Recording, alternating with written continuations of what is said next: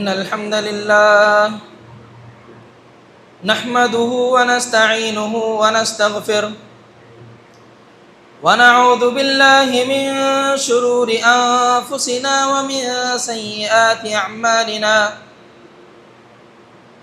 من يهده الله فلا مضل له ومن يضلله فلا هادي له أشهد أن لا إله إلا الله وحده لا شريك له وأشهد أن محمدًا عبده ورسوله فأعوذ بالله من الشيطان الرجيم بسم الله الرحمن الرحيم يا أيها الذين آمنوا اتقوا الله حق تقاته ولا تموتن إلا وأنتم مسلمون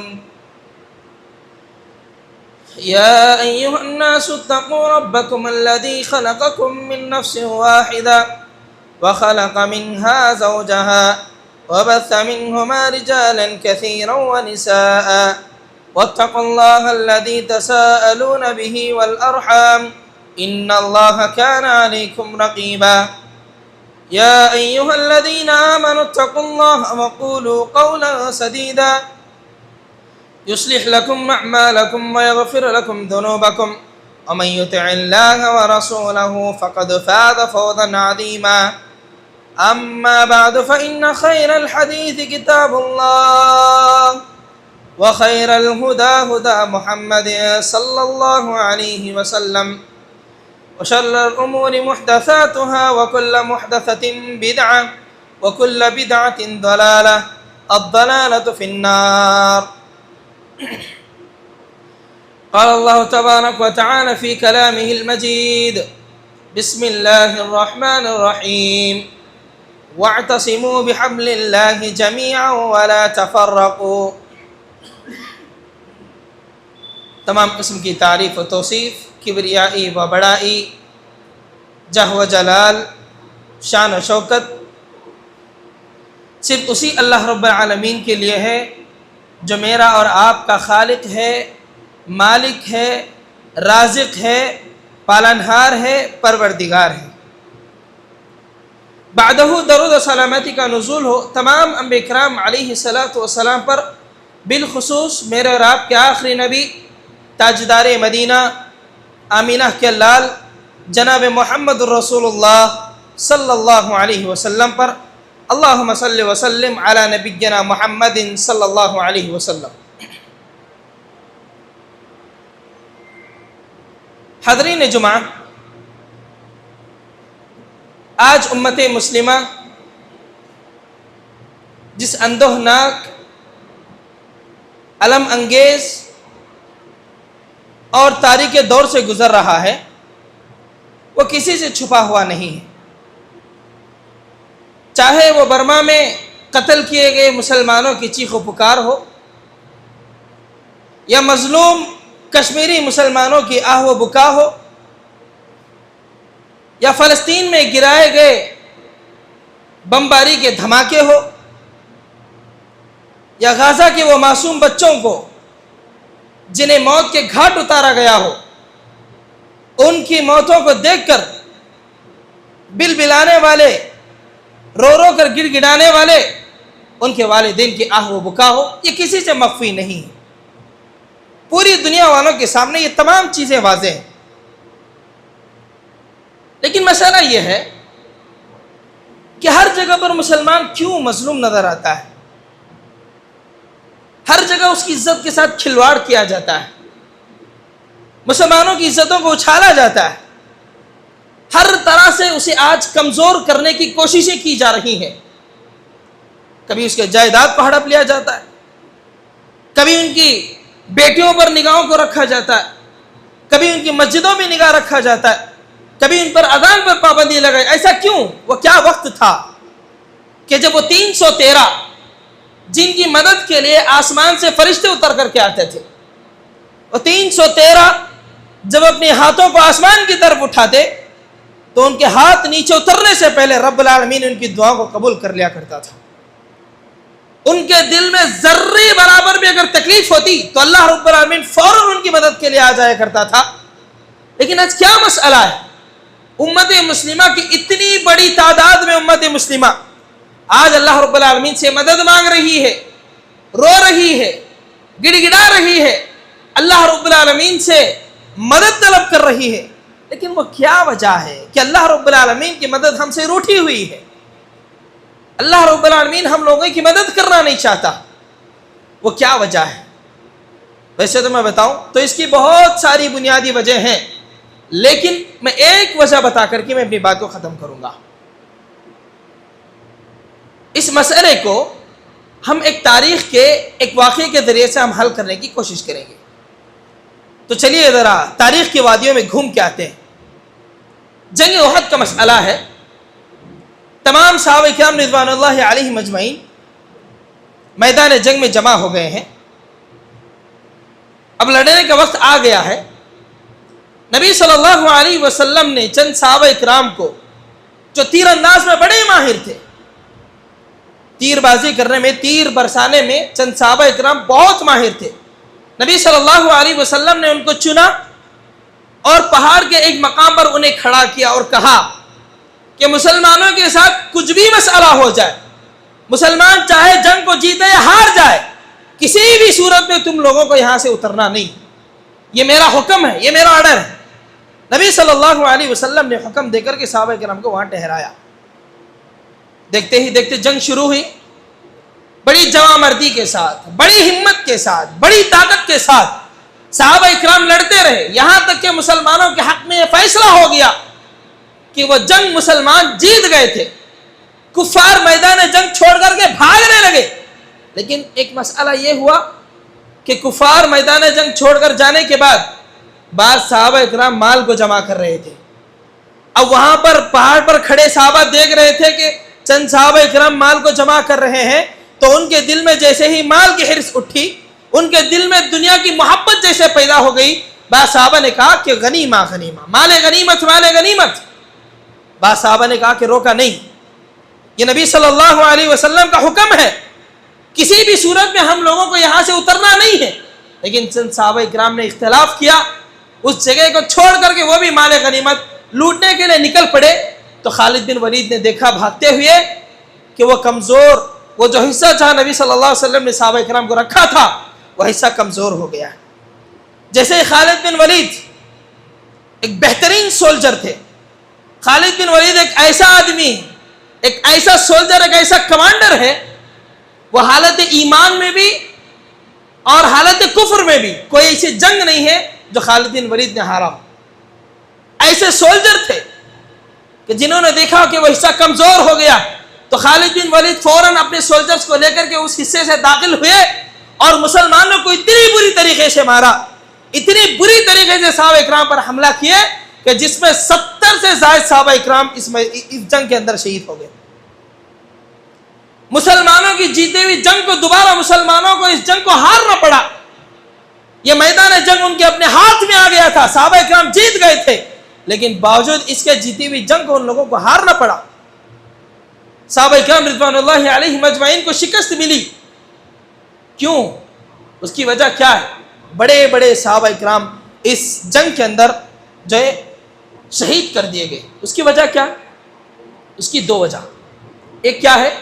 مال کی محبت. جیسے صحابہ اکرام کے دل میں مال کی محبت آئی، غنیمت کو دیکھ کر کے ان کی آنکھیں لال ہو گئی تو فوراً مال جمع کرنے کے لیے نیچے آئے. ان کا ایمان کمزور ہو گیا. اللہ رب العالمین کا یہ فیصلہ ہو گیا کہ جیتی ہوئی جنگ ان لوگوں کو ہارنا پڑا. تو کیا معلوم ہوا؟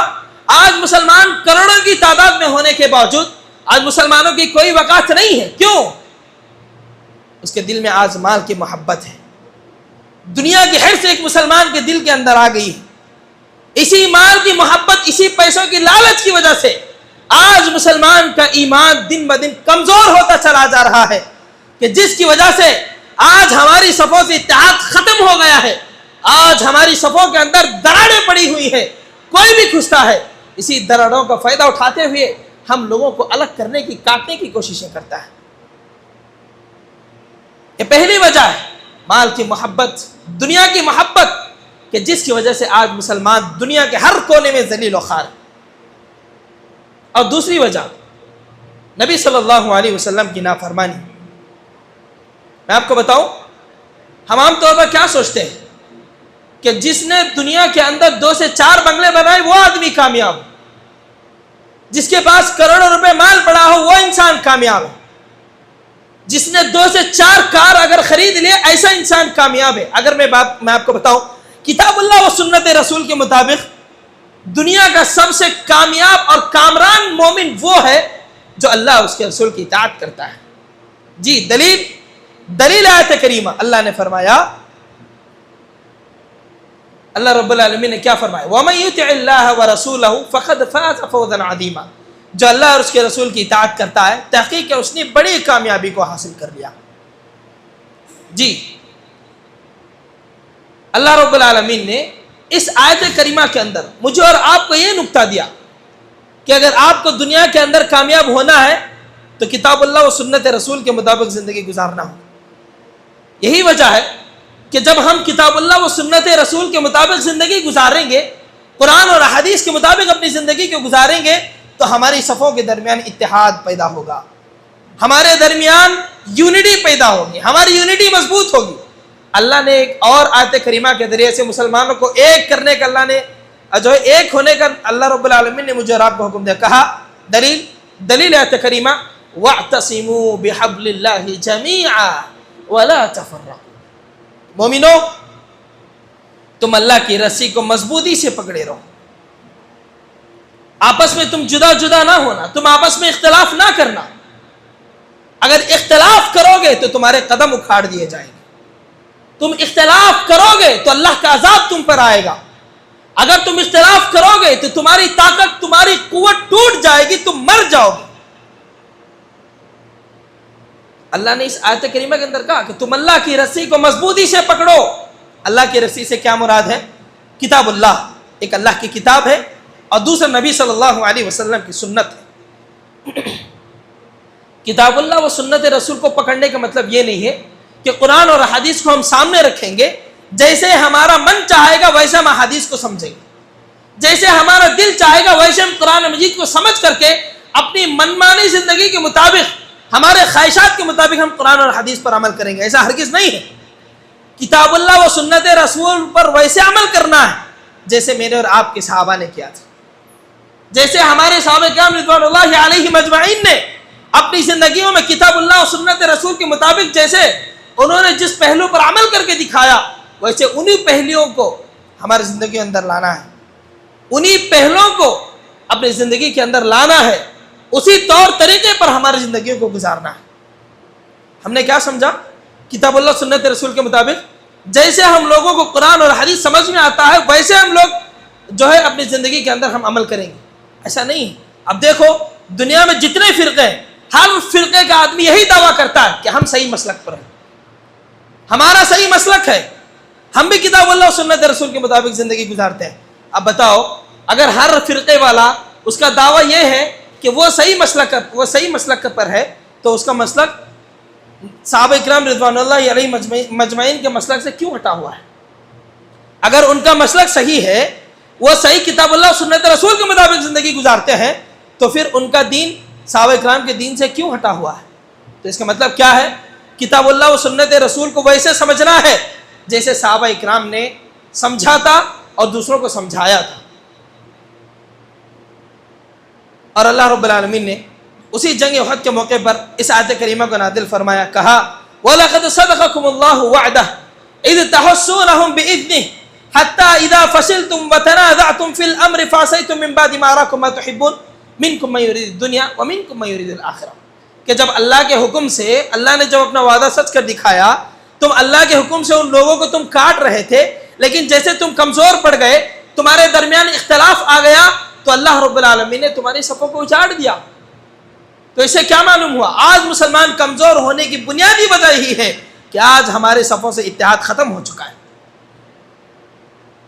میں آپ کو ایک واقعے کے ذریعے سے بتاتا ہوں کہ جب ہم آپس میں اختلاف کرتے ہیں تو تیسرا آدمی گھس کر کے ناجائز فائدہ کیسا اٹھاتا ہے. تاریخ کے ایک واقعے کے ذریعے سے میں آپ لوگوں کو سمجھانے کی کوشش کروں گا. بغداد کا بادشاہ جس کا نام ناصر لدین اللہ، اور خراسان کا بھی ایک بادشاہ تھا کہ جس کا نام خوارزم شاہ. دونوں کی اپنی اپنی حکومت تھی. خراسان میں اس کی حکومت چلتی تھی، بغداد میں ناصر لدین اللہ کی حکومت چلتی تھی. لیکن اچانک سے خوارزم شاہ کے اندر، جو خراسان کا بادشاہ تھا، اس کے دل میں عہدے کی لالچ اٹھی. وہ بھی ایک آزاد بادشاہ تھا، لیکن جو بغداد کا بادشاہ تھا اس کی باتیں، اس کے احکام خراسان میں لاگو ہوا کرتے تھے. لیکن جیسے ہی عہدے کی لالچ خوارزم شاہ کے اندر آئی تو اچانک سے اس نے ناصر لدین اللہ کے خطبوں کو بند کر دیا، اور دریائے دجلہ تک جو زمین تھی وہاں تک جو ہے قبضہ کرنے کی لالچ اس کے دل کے اندر پیدا ہوئی. اب بغداد کا جو بادشاہ تھا ناصر لدین اللہ، اس کو غصہ آیا کیونکہ اس کے خطبے خراسان میں بند ہو گئے. اب وہ دریائے دجلہ تک جو زمین تھی وہاں پر قبضہ کرنا چاہتا تھا. تو بغداد کا جو بادشاہ تھا اس نے سوچا کہ اب میں خراسان کو ختم کروں گا. تو اس نے کیا کیا، جو چائنا کے جو سرحد پر ایک بدو قسم کی قوم رہا کرتی تھی جن کو تاتاری کے نام سے جانا جاتا ہے، تو بغداد کے بادشاہ نے خراسان پر حملہ کرنے کے لیے ان تاتاریوں سے مدد طلب کی. ان تاتاریوں کا سپورٹ لے کر کے خراسان پر حملہ کیا، خراسان کو نیست و نابود کر دیا. تو جب تاتاریوں نے دیکھا کہ ہم نے خراسان پر حملہ کر دیا ہے، خراسان پر جیت ہم نے حاصل کر دیا ہے، تو چلو اب بغداد پر ہی ہم لوگ کیا کرتے ہیں، حملہ کرتے ہیں. حالانکہ خراسان پر حملہ کرنے کے لیے ناصر لدین اللہ نے تاتاریوں کو چنا تھا. اب تاتاریوں کی سرکش اتنی بڑھ گئی کہ وہ فوراً کیا کیے، بغداد پر حملہ کرنے کے لیے تیاری شروع کر دی. اور تاریخ آج بھی گواہ ہے. آپ بغداد کی تاریخ اٹھا کر کے پڑھیے، آج بھی کوئی قلم نگار اگر کوئی بغداد کی تاریخ لکھنے کی اگر ہمت کرتا ہے تو اس کا قلم ٹوٹ جاتا ہے، اس کے روگڑے کھڑے ہو جاتے ہیں، اس کے دل خون کے آنسو رونے لگتا ہے، اس کا ہاتھ کانپنے لگتا ہے کہ آج بھی بغداد کی تاریخ لکھنے کے لیے. پتہ ہے تاتاریوں نے بغداد پر کیسے ان کی اینٹ سے اینٹ بجائی؟ جب تاتاری نے بغدادیوں پر حملہ کیا، ان کے معصوم بچوں کو قتل کر دیا گیا، وہاں کی عورتوں کو قتل کر دیا گیا، بعض لوگوں کو ہسیریوں میں لپیٹ کر نیچے سے ان لوگوں کو مرچ کا دھواں دیا گیا، اور بعض لوگوں کو دوڑتے ہوئے گھوڑوں کے پیروں کے اندر ڈھکیل دیا گیا، اور بعض چھوٹے چھوٹے معصوم بچوں کو ہواؤں میں اڑا کر کے ان لوگوں کو تیر مار کر کے معصوم بچوں کی جانیں لیے گئے، اور ایک جانب لاشوں کے بڑے بڑے پہاڑ کھڑا کر دیے گئے. تاریخ آج بھی گواہ ہے کہ جب تاتاریوں نے بغداد پر حملہ کیا، اس دن بغداد کی نالیوں میں پانی کی جگہ بغداد کے لوگوں کا خون بہہ رہا تھا. کس کی وجہ؟ اختلاف کرنے کی وجہ. اگر خوارزم شاہ خاموش ہوتا، یا اگر بغداد کا جو بادشاہ وہ بھی خاموش ہوتا، تو اس کی حکومت اس کے پاس رہتی، اس کی حکومت اس کے پاس رہتی. دونوں کے درمیان جب اختلاف ہوا، تب بات تاتاریوں تک پہنچی تو تیسرا آدمی ان کے درمیان گھس کر کے اس کا ناجائز فائدہ اٹھایا. یہی وجہ ہے. آپ دیکھیں آج امت مسلمہ اختلافات میں گھری ہوئی ہے. گھر ہو کے بازار، مسجد ہو یا مدرسہ، جماعت ہو یا کمیٹی، آج امت مسلمہ اختلافات میں پھنسی ہوئی ہے. ہر جگہ پر اختلاف اختلاف اختلاف. انہی اختلافات کا فائدہ اٹھاتے ہوئے کبھی اذانوں پر پابندی لگتی ہے تو کبھی ہماری مسجدیں گرائے جاتے ہیں. انہی اختلافات کی وجہ سے کبھی ہماری بیٹیوں کو تعلیم سے روکا جاتا ہے تو کبھی ان کے پردے ان سے چھینے جاتے ہیں. یہی اختلافات کی وجہ سے ہماری مسلمان ماں اور بہنوں کو فیشن میں مبتلا کر دیا جاتا ہے تو کبھی ان کی عزت و آبرو کے ساتھ کھیلا جاتا ہے. انہی اختلافات کی وجہ سے ہم لوگوں کو اس ملک ہندوستان سے نکالنے کی ناپاک سازشیں کی گئی. تو اب جو اللہ رب العالمین کی راہ میں وقف کی ہوئی زمین ہے، وہ زمین بھی ہم سے وہ لوگ چھیننا چاہتے ہیں. وجہ کیا ہے؟ یہی اختلافات. میں آپ کو بتاؤں، امت مسلمہ جو سب سے بڑی پرابلم فیس کر رہی ہے وقف امینڈمنٹ بل کے نام سے، اس کے ذمہ دار کون؟ اس کے ذمہ دار ہم خود ہیں. مسلمانوں کے پاس اتنا وقت نہیں ہے کیونکہ وہ اختلافات میں پھنسا ہوا. مسلمان اختلافات سے باہر نکل کر کے دیکھے گا تو تب پتہ چلے گا کہ میری قوم کو مجھے کیا کرنا ہے. مسلمان آج اختلافات میں گھرا ہوا ہے. کسی کو اپنے امت مسلمہ کی فکر نہیں ہے، کوئی اپنے قوم و ملت کی فکر نہیں کرتا. ہر انسان کو اپنے عہدے کی پڑی ہے، ہر انسان کو اپنے پیسوں کی فکر پڑی ہے، ہر انسان کو عہدے کی لالچ لگی ہوئی ہے، کہ جس کی وجہ سے آج امت مسلمہ یہ تمام دنوں کو دیکھ رہی ہے۔ جب وقف بل کا مسئلہ آیا، ہم لوگ حکومت کو کوسنے لگے کہ حکومت بار بار مسلمانوں پر حملہ کرتی ہے۔ کبھی ہم نے غور کیا کہ ہم سے کیا چھوٹ رہا ہے؟ کبھی ہم نے غور کیا کہ ہماری خامیاں کیا ہیں؟ کبھی ہم نے غور کیا کہ ہماری کمزوریاں کیا ہیں؟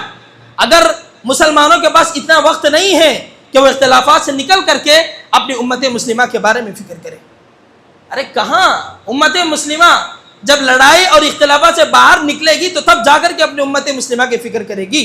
اتنی بڑی زمین آج ہمارے پاس موجود ہے، بتاؤ ہم نے اس کا صحیح سے استعمال کیا؟ ہمارے پاس سکولز نہیں ہیں، کالجز نہیں ہیں، ہاسپٹلز نہیں ہیں۔ اگر ان تمام جگہ کا صحیح سے استعمال کر کے ان جگہ میں اگر ہم سکولز بناتے، اپنے بچوں کے لیے یونیورسٹی بناتے، اپنے بچوں کے لیے کالجز بناتے، اپنی امت کے لیے ہاسپٹلز بناتے، تو آج کبھی امت مسلمہ کو یہ صورت دیکھنی نہیں پڑتی۔ یہ ہماری غفلت ہے۔ آج امت مسلمہ کے اختلافات کی وجہ سے حکومت کی نگاہیں ان وقف کی زمینوں پر پڑی ہے کہ جس کی وجہ سے وہ لوگ ہم سے وہ زمینیں چھیننا چاہتے ہیں۔ تو بس خلاصتاً میں آپ لوگوں کو یہی کہنا چاہتا ہوں کہ ہمارے صفوں میں اتحاد کو پیدا کرنے کی ضرورت ہے۔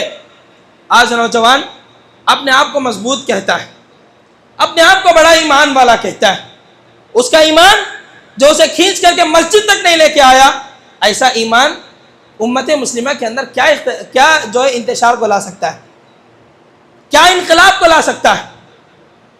ایک نوجوان جب رات میں سوتے سوتے رات کے 11:30 12 1 بجے اسٹیٹس لگا کر کے سوتا ہے، کیا اے دشمن بھی تو نے کس قوم کو للکارا، اے دشمن بھی تو نے کس قوم کو للکارا۔ وہ جو نظم ہے وہ اسٹیٹس لگا کر کے سو جاتا ہے، صبح کی نماز غائب، اور اس کی لیرکس پتہ ہے کیا ہے؟ آج دیکھیے بازوئی کی تلواریں، سینے ہیں جوانوں کے یا آہنی دیواریں۔ اس لیرکس کے اندر ایک نوجوان یہ ثابت کرنا چاہتا ہے کہ اس کا جو بازو ہے وہ تلوار ہے، اور اس کا جو سینہ ہے وہ امت مسلمہ کے لیے ڈھال ہے، وہ شیلڈ ہے۔ کیا واقعتاً ایسا ہے؟ یہ امت مسلمہ کے جو نوجوان، قوم و ملت کی جو ریڑھ کی ہڈی ہے، یہی آج ہمارا بازو کمزور ہے، یہی آج ہماری ریڑھ کی ہڈی کمزور ہے۔ آج نوجوان کمزور ہو گیا۔ آج کا نوجوان، اس سے نہ دین سے کوئی مطلب ہے، نہ مسجد سے کوئی مطلب ہے، نہ عبادت سے کوئی مطلب ہے، نہ دین سے کوئی مطلب ہے، نہ اللہ سے کوئی محبت ہے، نہ رسول سے کوئی محبت ہے۔ آج کا نوجوان صرف اپنے عیش و عشرت کے اندر اپنی زندگی کو گزار رہا ہے۔ لیرکس تو یہ ہونی چاہیے کہ دشمن بھی تو نے کس قوم کو للکارا، جو گوشت کھا کے 3 وقت سو جا رہا۔ یہ لیرکس آج ہونی چاہیے۔ اس بات پر ہم لوگ عمل کر رہے ہیں۔ آج کا نوجوان سو گیا ہے، اس کا ایمان کتنا کمزور۔ میں آپ کو بتاؤں، اللہ رب العالمین نے قرآن مجید کے اندر کیا فرمایا؟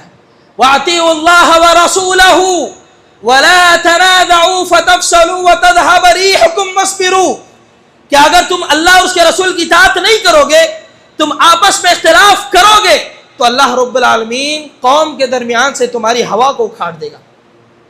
کیا مطلب ہے کہ اللہ رب العالمین ہماری ہوا کو اکھاڑ دے گا؟ پوری دنیا کے اندر 50 سے زائد اسلامک ممالک ہیں۔ فلسطین اور غزہ پہ جو حملہ ہو رہا ہے، بتاؤ کون مسلمان، کیا حکومت کیا کر رہی؟ ان کو ساتھ دینے کے لیے کون نکلا؟ کہاں تک ہم لوگ مظلوم مسلمانوں کا ساتھ دے رہے ہیں؟ 50 سے زائد ہمارے اسلامک ممالک ہیں۔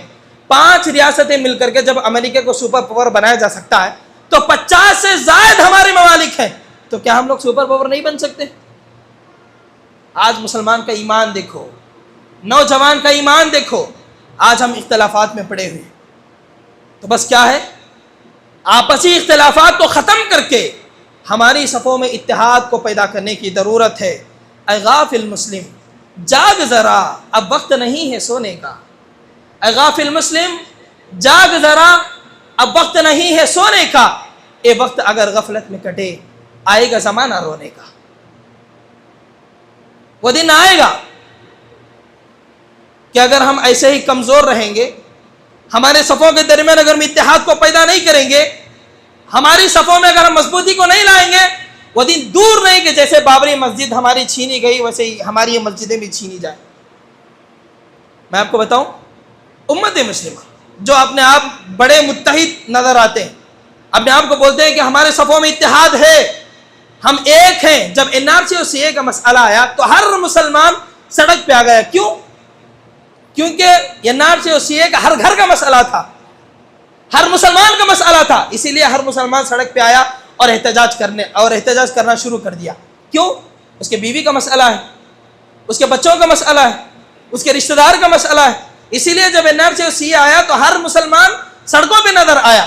لیکن میں آپ کو بتاؤں، جب وقت بل پاس ہو گیا، لوگ احتجاج کے لیے نکلے، جو تعداد NRC اور CA میں دیکھنے کو ملی وہ وقت بل کے احتجاج میں دیکھنے کو ہم لوگوں کو نہیں ملی. کیوں؟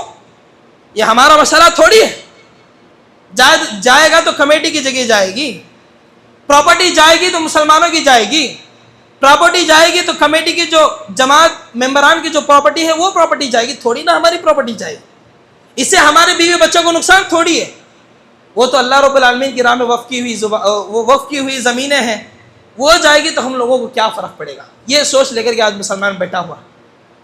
ایسے اتحاد لے کر کے ہم لوگ انقلاب معاشرے کے اندر لائیں گے. مسلمانوں سمجھ جاؤ، سمجھ جانے کا وقت آیا. بہت سوئے ہوئے ہو، جاگ جاؤ، جاگ جانے کا وقت آیا. جہاں سے تم 313 نکلے تھے مسلمانوں، انہی مادی راہوں پہ پلٹ جانے کا وقت آیا. جیسے وہ 313 کا ایمان تھا، وہ ایمان دوبارہ پیدا کرنے کی ضرورت ہے. آج مسلمان کروڑوں میں ہے، لیکن کیا کر رہا ہے؟ اس کی کوئی وقات نہیں. اس کی وقات جھاگ برابر ہے. جیسے سمندر کے کنارے میں جیسے کف آتا ہے، کروڑوں کی تعداد میں ہونے کے باوجود آج مسلمان کی حیثیت صرف کف کے برابر ہے. علامہ اقبال نے کیا خوب کہا تھا، وہ 313 تھے تو لرزتا تھا زمانہ. وہ 313 تھے تو لرزتا تھا زمانہ. آج ہم کروڑوں میں ہیں تو کرتے ہیں غلامی. کروڑوں کی آبادی نہیں، کروڑوں کی آبادی ہماری ہونے کے باوجود ہم غلام گیری کر رہے ہیں. کیوں؟ ہمارا ایمان مضبوط نہیں، نوجوان کا ایمان مضبوط نہیں. ہمارا ایمان اتنا کمزور ہو گیا، نہ ہمارے دل میں اللہ کی محبت، نہ اس کے رسول کی محبت، نہ دین سے محبت، نہ خدمت خلق کا کوئی جذبہ، نہ غریبوں کو کھانا کھلانے کا کوئی جذبہ، نہ یتیموں کو سہارا دینے کا جذبہ، نہ بیووں کو اپنے گلے سے لگانے کا جذبہ، معصوم بچوں کو اٹھا کر کے انہیں تعلیم دلوانے کا جذبہ.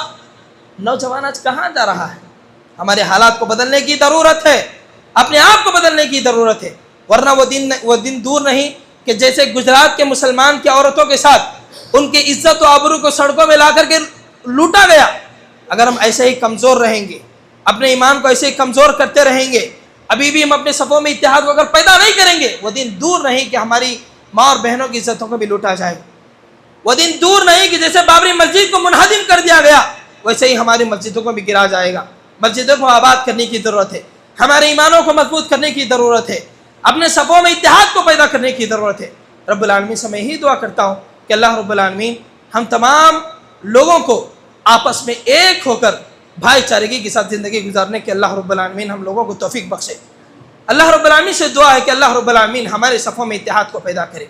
اللہ رب العالمین ہمارے صفوں میں جو دراڑیں ہیں، اللہ رب العالمین ان دراڑوں کو ختم کرے.